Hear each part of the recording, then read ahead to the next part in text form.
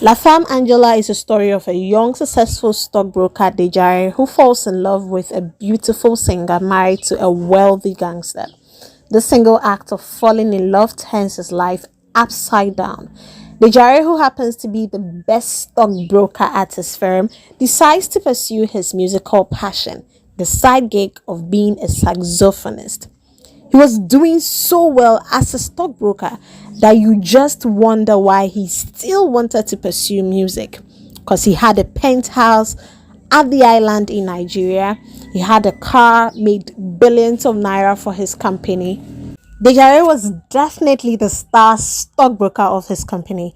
He lived the best life, beautiful house, car, beautiful family, and engaged to his longtime girlfriend. What more could a man ask for? But then, as they say, what you love never leaves you until you pursue it. His in-law then told him that one of the biggest clubs in town is auditioning for a saxophonist. Dejare jumped on the opportunity, even though he had a job and was doing very well for himself. Even though.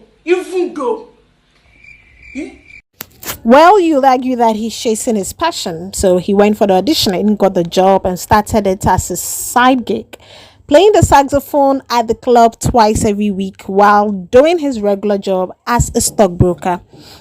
Working at the club, Dejare gets to meet Anjola, La Femme Anjola. Anjola happens to be the face of the club, the singer in the club. Therefore, Dejare had to work hand in hand with her.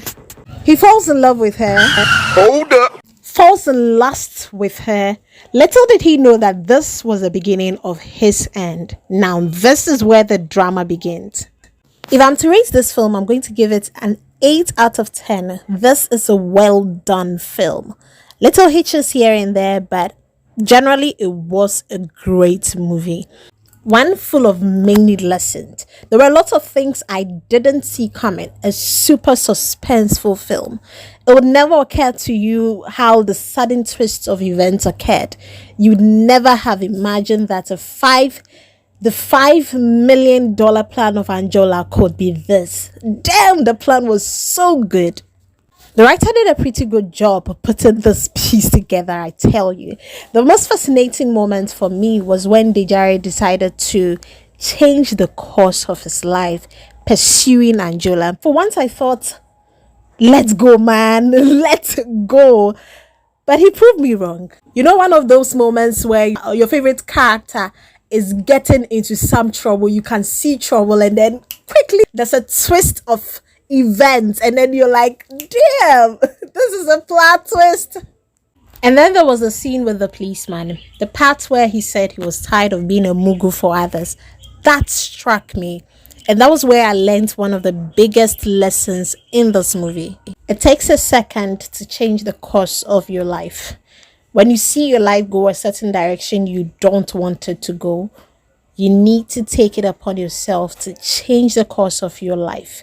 This is a lesson I ain't going to forget so quickly. The movie has some great actors and actresses who really delivered. Rita Dominic, who played the character of Anjola Kalu, La Femme Anjola. Nonso Basse, who played the character of Dejare Johnson. Mumbi Maina, who played Tabisa, the girlfriend of Dejare. Femi Jacobs, who was the brother of Dejare, as Kolakpo Johnson, amongst many other amazing actors and actresses. Characterization in the movie was on point. The writer did very well to develop most of the characters, which really helped to understand the story better, and this helped you to know why the characters acted the way they did and made the choices they made. For instance, we were made aware of Angela's background.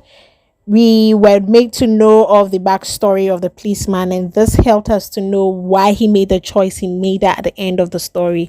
Even Tabisa's background was elaborated by Dejare when he was telling Anjola about her. We were pretty informed about the characters, and it made it easy to appreciate all the characters.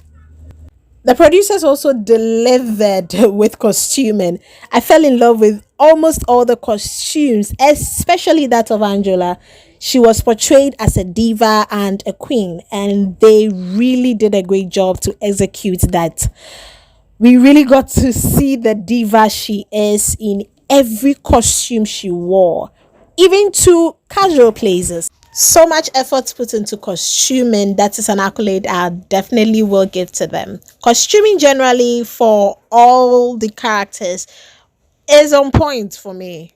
Picture quality throughout the movie was really exceptional. Very clean and neat shots were displayed throughout the movie, and I think that is a very great one worth recommending. They really did a lot of work with the set. I loved every bit of setting. From the penthouse of the Jare, it was a beautiful one. They really decorated it properly. It was one they really delivered with. The club where Angela and Odera went to hide in Cape Town. Every setting, every part of the movie, every location was on point, and that I will give to them.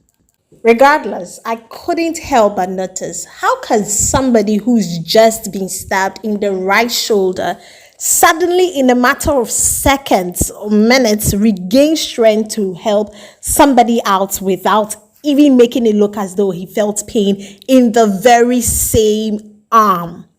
When Angela stabbed Dejare, I was so shocked when I saw that he swung it with so much energy suddenly, about to shoot at her and all that. I was like, how come you suddenly have so much strength in the same arm you were holding and shouting earlier where she stabbed you? Let us have a feel that you feel pains in that same arm. It was as though he forgot that he had just been stabbed, and it made the whole scene so fake. Again, when Dejare goes to visit Tabisa, she had his brother, that is Dejare's brother, in her room. She then goes downstairs to talk to Dejare, but his brother comes downstairs to meet them. How is that? Then, to make matters worse, he starts apologizing and saying that he didn't want him to find out this way. How? If you don't want somebody to find out something, you hide it. You were in the room, you hear voices. Of course, you can't tell me you can't recognize your brother's voice. You hear his voice. Then you come down half naked because you were topless, and then giving the impression that you were in her bed. If you didn't want Dejare to find out this way, why not stay in the room? I just feel they just wanted to create that scene, but they just went about it very wrongly, because if you wanted Dejare to find these two together without they knowing, they could have done it better. They could have left his car outside, made Dejare notice, asked that what is his brother doing there at the time, then goes to the room to find out if he's there. Then he realizes that he's in his ex's bed. Notwithstanding, this was a good movie and it's showing exclusively on Amazon Prime. Go watch it and come tell me what your thoughts are.